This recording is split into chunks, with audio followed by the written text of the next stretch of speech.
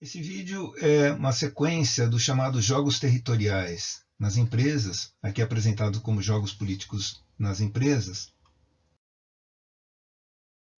porque ele é baseado num livro com o mesmo nome, escrito por Maurício Goldstein e Philip Head, numa edição da editora Campos de 2009. Eu não sei se ainda há uma edição, se é uma edição corrente, mas de qualquer forma, nesses sebos virtuais na internet é possível encontrar esse livro para aqueles que queiram se aprofundar sobre o tema. Um dos jogos é o chamado Te Peguei, né? Ele consiste em identificar e divulgar os erros dos colegas. Os erros são vistos como uma oportunidade de criticar e rebaixar os outros. Isso pode acontecer com colegas do mesmo nível hierárquico, mas também pode acontecer de um superior em relação aos seus liderados, né? Então, muitas vezes um gerente ele pode utilizar esse tipo de situação para evitar que algum funcionário se sobressaia e acabe ameaçando a sua posição de gerente. Então, no exemplo aqui, um gerente examinava com antecedência as apresentações de sua equipe, verificando falhas e inconsistências. Só que ele não comentava isso com o funcionário, né? Esses problemas eles eram apresentados a todos durante a apresentação, então ele fazia questão de relatar isso publicamente.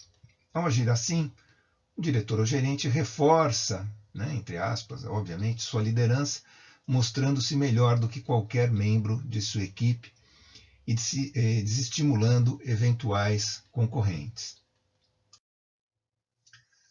A culpa, né, de colocar a culpa no outro, ele basicamente consiste em você arrumar um culpado que assuma determinada decisão para não se queimar perante aos prejudicados, né? Então, um gerente reduz o bônus de um vendedor e diz que isso é fruto de uma nova política de RH. Então, você está colocando a culpa, né, no RH de maneira abstrata. Na verdade, esse gerente fez isso pois considerou insatisfatório o desempenho do vendedor, mas não teve coragem de colocar isso abertamente. Então ele coloca a culpa, né, a chamada culpa institucional. Ele evita que se estabelecesse uma tensão entre ele e o vendedor. Além disso, o culpado institucional não tem como ser questionado, né, evitando que o vendedor resolva tomar satisfações com alguma pessoa dentro da empresa. Esse tipo de jogo ele é utilizado por encarregados, gerentes ou diretores que desejam ficar bem com a sua equipe. O problema é que eles escondem os reais motivos, não exercem sua liderança e não contribuem para a melhoria dos processos. Então, no fundo, ele quer ficar bem com a equipe, mas ele deixa, com esse tipo de atitude, de resolver efetivamente o problema. Fala assim, olha, você teve um desempenho abaixo do esperado, então o seu bônus vai ser reduzido, ou você não foi promovido porque o seu desempenho não foi considerado adequado, ou enfim, você não tem o perfil perfeito para isso, né? De colocar a coisa abertamente. Muitas vezes as pessoas preferem colocar a culpa no outro, mas uma culpa institucional. Então fica difícil você questionar isso, né? Falar assim, olha, a empresa tomou essa decisão, mas na verdade a empresa não toma a decisão sozinha, né? Alguém tomou a decisão, mas essa pessoa nunca é revelada. Um outro jogo é o chefe disse, né, o que se resume em alguém importante pediu.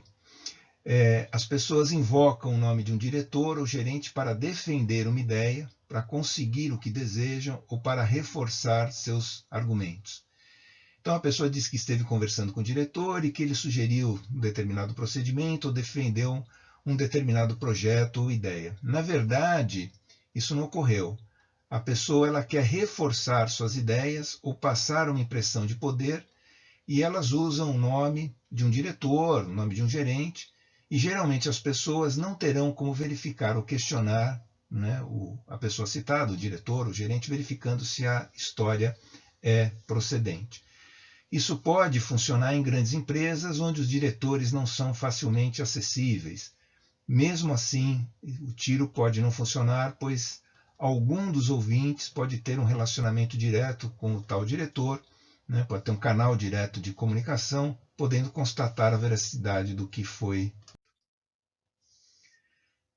Carreira movida a barulho, né? Eu digo que é possível fazer uma quantidade impressionante de espuma com um pouco de detergente e muita agitação. Experimente colocar um pouco de detergente no liquidificador, né? Você coloca bastante água ali, liga o liquidificador, realmente ele vai fazer bastante espuma durante algum tempo, mas a partir do momento que você desliga o equipamento, essa espuma ela vai se desfazendo.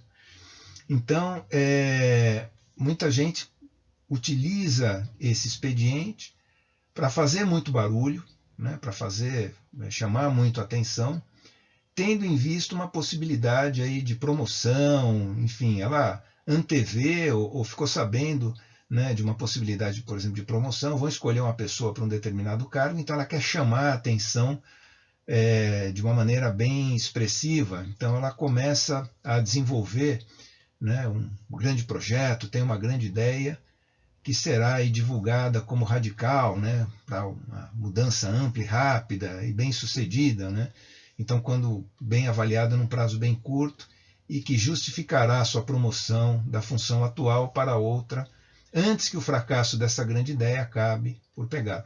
Às vezes a pessoa ela começa um grande projeto, uma grande ideia, coloca isso em prática, tal, ela sabe que isso não tem fôlego, o fôlego é curto, mas vai surtir efeito para que ela consiga os seus objetivos pessoais dentro da empresa.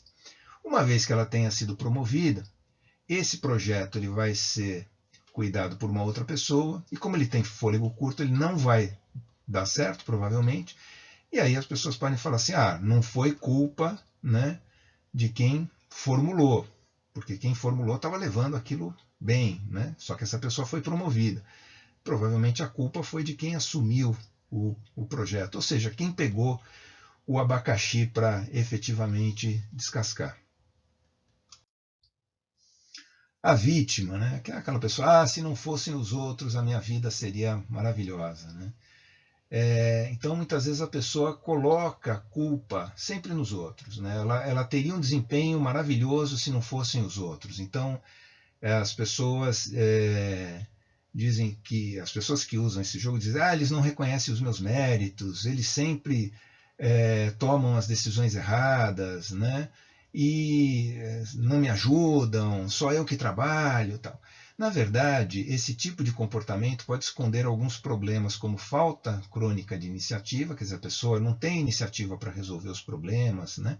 Acaba colocando a culpa nos outros, falta de conhecimento técnico, então na falta, né, de uma habilidade ali, de um conhecimento mais específico, ela coloca a culpa nos outros, falta de criatividade, acomodação crônica ou mesmo depressão. É muito chato você trabalhar com uma pessoa que fica constantemente colocando a culpa nos outros, ela fica sempre na defensiva e não assume, às vezes, a sua falta de iniciativa, a sua falta de conhecimento, buscando superar essas dificuldades que são naturais dentro de qualquer organização, dentro do desenvolvimento aí de qualquer atividade. Sempre pode acontecer de você não estar motivado o suficiente, então você ter que buscar essa motivação, você não ter um conhecimento técnico que seria o melhor e você vai buscar através do estudo, né, conversas com outros colegas, superar isso, mas não, a pessoa ela fica sempre se desculpando como se a culpa fosse efetivamente dos outros. Cópia, né, é quando você recebe um e-mail tratando de um assunto crítico, mas que ele foi copiado para todo mundo. E para o seu chefe, o chefe do seu chefe, né? Enfim, todo mundo fica sabendo daquela situação que poderia ser resolvida facilmente, sem causar aí um grande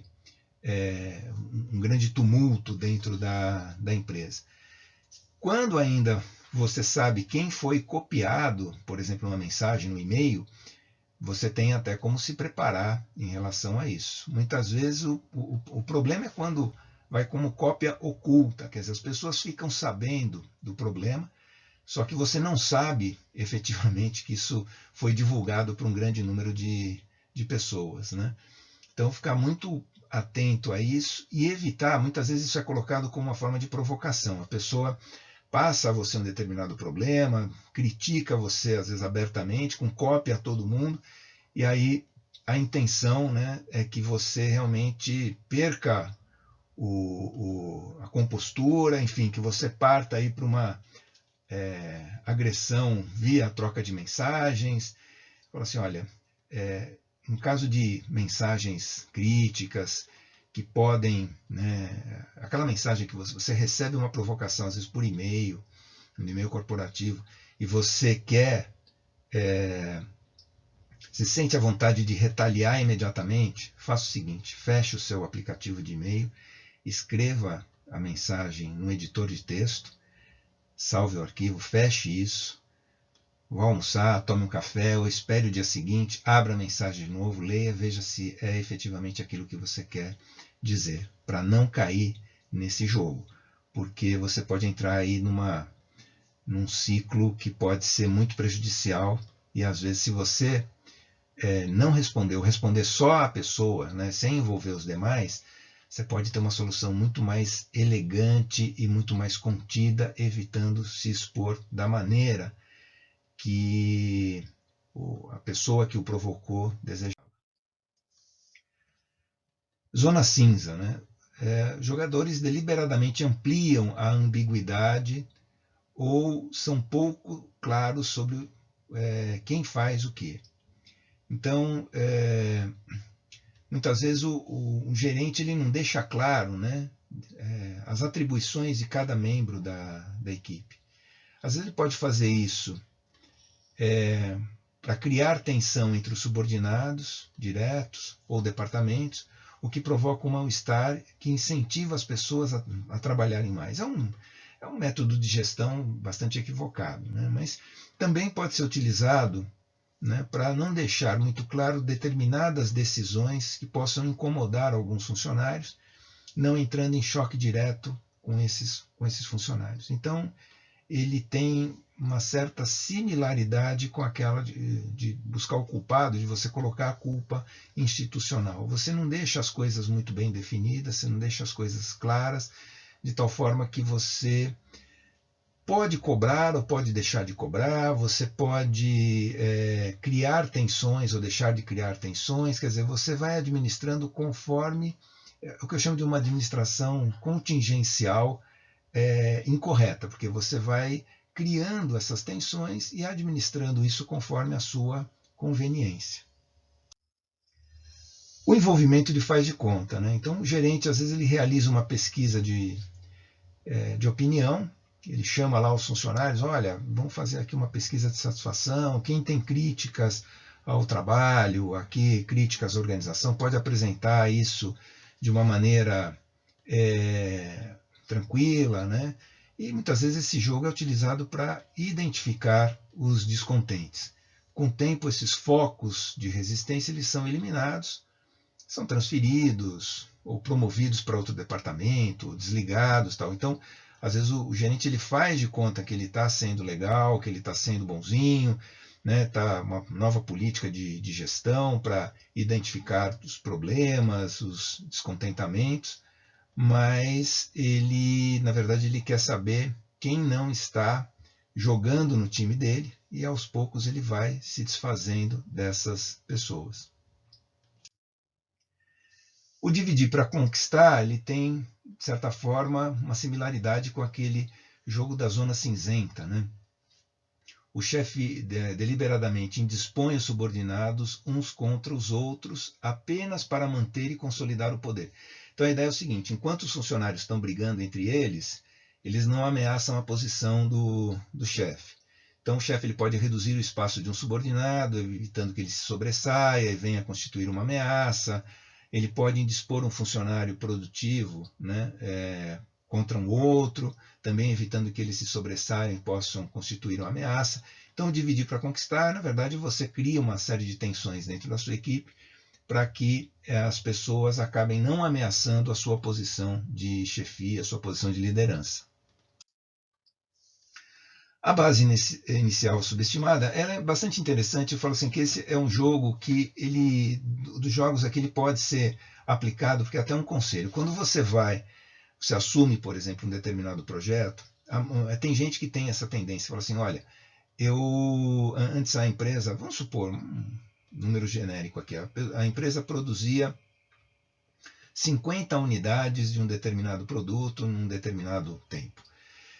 E a pessoa que assumiu essa unidade, assumiu esse setor, ela fala assim, olha, eu posso passar facilmente, eu posso dobrar essa produção em um ano. Né? Então, de 50 eu vou passar para 100.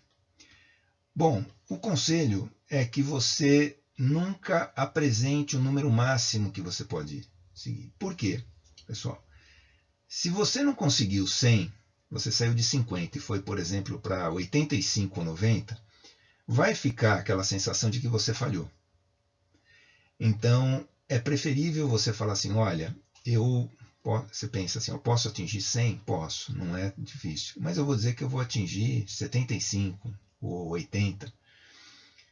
Se você não conseguir atingir o 100, mas você atingiu 75 ou 80, pronto, você cumpriu a sua proposta e está tudo tranquilo. Se você atingiu 100, você superou a sua proposta, né, o seu objetivo, e o seu resultado vai ser ainda mais valorizado. Então, quando você subestima a base inicial, fala assim, olha, eu pretendo atingir tal performance, né, mas abaixo do que realmente você tem intenção de conseguir, na verdade você está se protegendo, porque muitas vezes a gente tem, diante dos recursos atuais, né, da situação atual, você pode prognosticar um certo desempenho, mas o que acaba acontecendo é que no decorrer do tempo, às vezes pode faltar um recurso, o ambiente econômico não é favorável, enfim, uma série de situações que podem comprometer, né, a consecução, né, podem comprometer o resultado almejado. Então é preferível você subestimar, você ser mais comedido, para caso você não consiga o desempenho que você efetivamente pretende, você está protegido. Caso você consiga, né, você tem o resultado valorizado. O velho herói de guerra é aquele executivo que está há muito tempo dentro da empresa e que ele já viu tudo. Então, quando entra lá um determinado projeto, né, que ele não tem interesse, às vezes não tem vontade de tocar, ele fala assim, olha, a gente já tentou isso em 1992 e não funcionou, tentamos isso há 10 anos e não deu certo, não vai dar certo agora, tal, né? E muitas vezes, quando você tenta saber detalhes do projeto que não deu certo, a pessoa acaba desconversando, tal, fala assim, olha, não adianta você tocar isso para frente que isso não vai funcionar, tal. Veja, há maneiras de você se precaver em relação a isso, mostrando, fala assim, olha, o mundo mudou, né? Se não funcionou em 92 ou não funcionou há 10 anos, não significa que não vai funcionar agora, porque nós estamos em outro contexto. Mas é uma situação com a qual você eventualmente vai ter que lidar dentro de uma organização. Das duas, uma, né, o que eu chamo de escolha binária. Às vezes você tem uma decisão que foi tomada pela empresa, fala assim, olha, a gente vai cortar o plano de saúde, vai reduzir o plano de saúde e tal. E você sabe que as pessoas, e você é encarregado de transmitir essa notícia para as pessoas. Você sabe que as pessoas vão reclamar. Então você inventa uma outra opção. Fala assim, olha, tem a opção, né, de reduzir o plano de saúde, ou tem a opção da demissão. Quem não concordar, infelizmente, a gente não tem outra opção. A gente está tentando reduzir os custos para manter todo mundo, né, reduzir as despesas para manter todo mundo dentro da organização. A outra opção que tem é as pessoas serem demitidas. Quer dizer, você coloca uma situação tão antagônica, né, uma opção, vamos dizer assim, o que era uma opção ruim passa a ser uma opção boa, porque a outra opção é horrível, né? Mas é preferível você ter uma redução no teu plano de saúde do que você perder um emprego. Então, esse jogo ele pode ser conduzido de maneira associada com aquela o chefe disse, né? Você tem uma culpa institucional, enfim, você pode passar por esse jogo associado a algum outro jogo, mas é uma forma que às vezes as pessoas tendem a apresentar. Falou, a decisão tomada é essa, é para esse caminho que a empresa está seguindo, mas você coloca uma outra alternativa, fala, outra alternativa é muito pior. Então, efetivamente, essa decisão tomada pela empresa, ela acaba não sendo tão ruim quanto poderia parecer. O direito adquirido é quando o jogador acredita ter direito à imunidade, com um pacote especial de benefícios, de prerrogativas, por estar na empresa já há muitos anos. Então, ele, para defender os seus privilégios, muitas vezes faz menção constante ao seu tempo de trabalho na empresa ou cita a sua amizade com o presidente da empresa. Então, você tem aquele funcionário que está já há muito tempo na empresa, conhece todo mundo lá dentro, e quando você tenta, né, mexer com algum direito dele, que ele julga assim ser um direito adquirido, ele pode começar a tentar usar essa rede de relacionamento, que pode ser uma rede suposta, ou pode ser uma rede efetiva, no sentido de criar ali uma barreira, né, a esse tipo de situação que pode levar à perda de direitos, aí, entre aspas, adquiridos. Né? Então, esse jogo ele pode ganhar alguma conotação parecida com o da intimidação, mesmo que velada. As pessoas tendem a agradar o jogador para evitar retaliações. Né? Ele poderia contar algo ao presidente da empresa, enfim. A pessoa passa muitos anos na empresa, ela conhece muita gente, e você não sabe efetivamente qual o nível de amizade, qual o nível de intimidade que ela tem com essas pessoas, ou se efetivamente ela tem algum tipo de relacionamento com essas pessoas. Então, às vezes, você prefere não arriscar. Furtando os louros da vitória. Né? O jogador se apropria de uma ideia que não é sua, recebendo os benefícios, ainda que parciais, por isso. Isso pode ocorrer de algumas maneiras. Pode ocorrer diretamente, você pede lá o PowerPoint de um colega, né, uma apresentação muito boa, tal, e você se apropria de parte daqueles slides para defender uma ideia como se ela fosse exclusivamente sua. Uma pessoa ela pode revisar o projeto de um colega, depois coloca o seu nome como colaborador do projeto. Fala assim, olha, achei interessante o seu projeto, deixa aqui eu vou fazer uma revisão, tal, rever os valores ou rever os prazos, tal. E aí a pessoa, quando devolve o projeto, você está o nome dela junto com o seu. Ela assume uma coautoria e às vezes você não tem como se desfazer disso. Uma outra forma, bastante interessante, né, que pode ocorrer, você pode ser vítima disso, ela pode demonstrar grande entusiasmo por uma ideia ou projeto, apresentando uma série de sugestões em público. Né? Às vezes o projeto é apresentado lá numa reunião, então a pessoa começa a apresentar sugestões e ela acaba conseguindo participar como coautor da ideia. Então ela apresenta elogios, né, faz elogios, apresenta sugestões, uma série de sugestões, e de uma maneira assim induzida ela vai assumindo o controle ali da situação e participa da coautoria do projeto.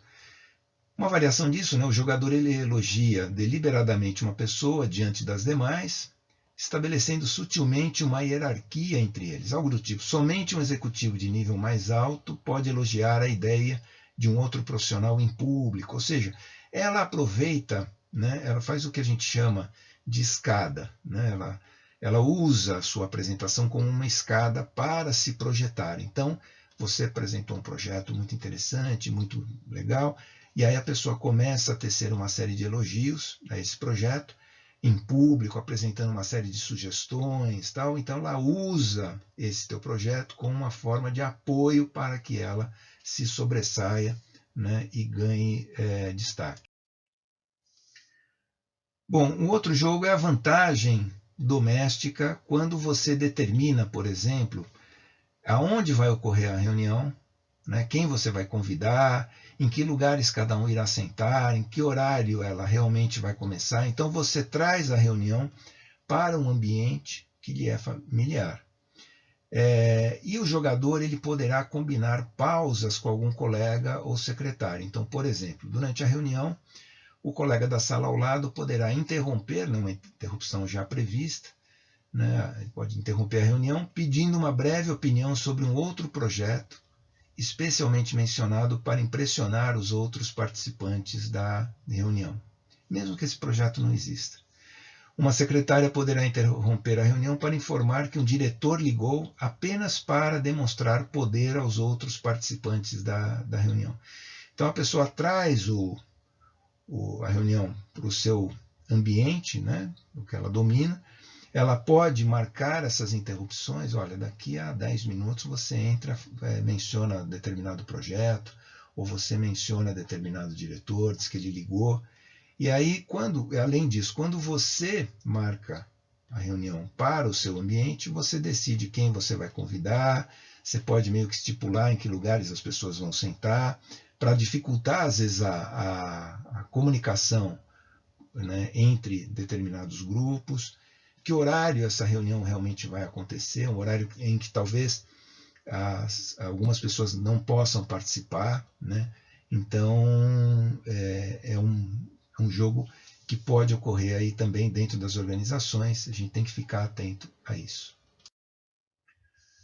O vazamento deliberado é um jogo que acontece muito na política, né? Quando você já antecipa a candidatura de uma pessoa, não é a sua própria candidatura. Você fala assim, olha, fulano ou fulana vai ser candidato a determinado posto. Então, com isso, você faz com que as atenções se voltem para essa pessoa e você, na prática, você está queimando um possível candidato. Porque aí as pessoas começam a prestar mais atenção, né? Perceber as virtudes e os defeitos, então aquela candidatura que poderia ser uma novidade, ela vai sendo tostada em chapa quente ao longo aí do tempo e ela acaba perdendo força. Então, isso pode ser aplicado também para um jogador que deixa vazar um documento interno ou externamente. Esse vazamento pode desacreditar alguém, queimar um possível candidato a uma promoção, queimar um projeto antes que ele esteja completamente pronto e seja defensável. Então, aí você pode ser vítima disso, né, com vazamento deliberado. Você queimar uma candidatura de uma pessoa, você queimar uma promoção, você queimar um determinado projeto antes que ele esteja sólido o suficiente.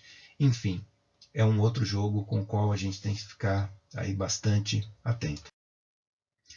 E isso pode ser feito também não só para as pessoas, mas você pode prejudicar um departamento rival, dificultar o desenvolvimento de uma estratégia sobre a qual aí você não tem interesse.